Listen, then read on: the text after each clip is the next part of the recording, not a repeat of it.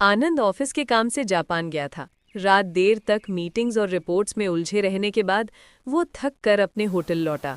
बाहर हल्की बारिश और ठंडी हवा चल रही थी। उसमें कमरे की लाइट ऑन की, कोट टांगा और थकान भरे कदमों से कुर्सी पर बैठ गया।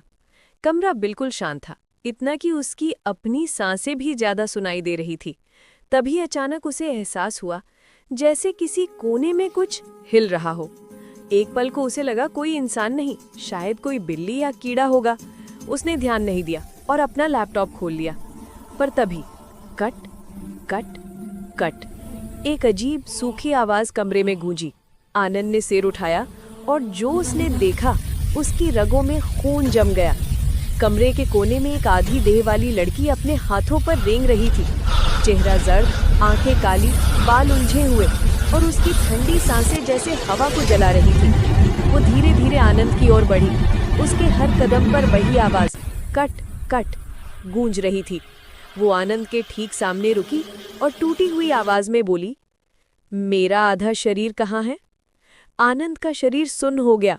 पसीना जैसे ठंडा होकर उसके चेहरे पर जम गया। उसकी आंखें फटी की फटी रह गईं और शब्द गले में अटक गए।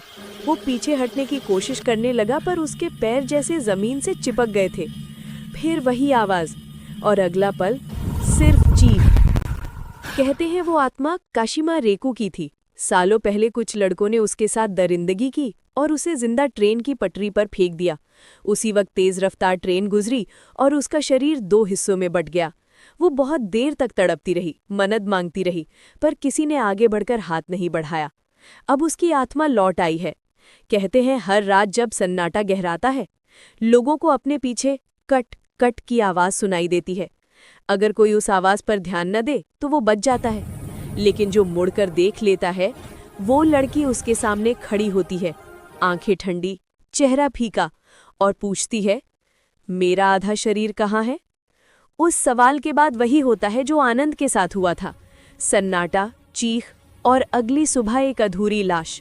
अगली सुबह होटल स्टाफ ने आनंद के कमरे का दरवाजा तोड़ा। अंदर सिर्फ खामोशी थी और फर्श पर 2 हिस्सों में बटा एक शरीर।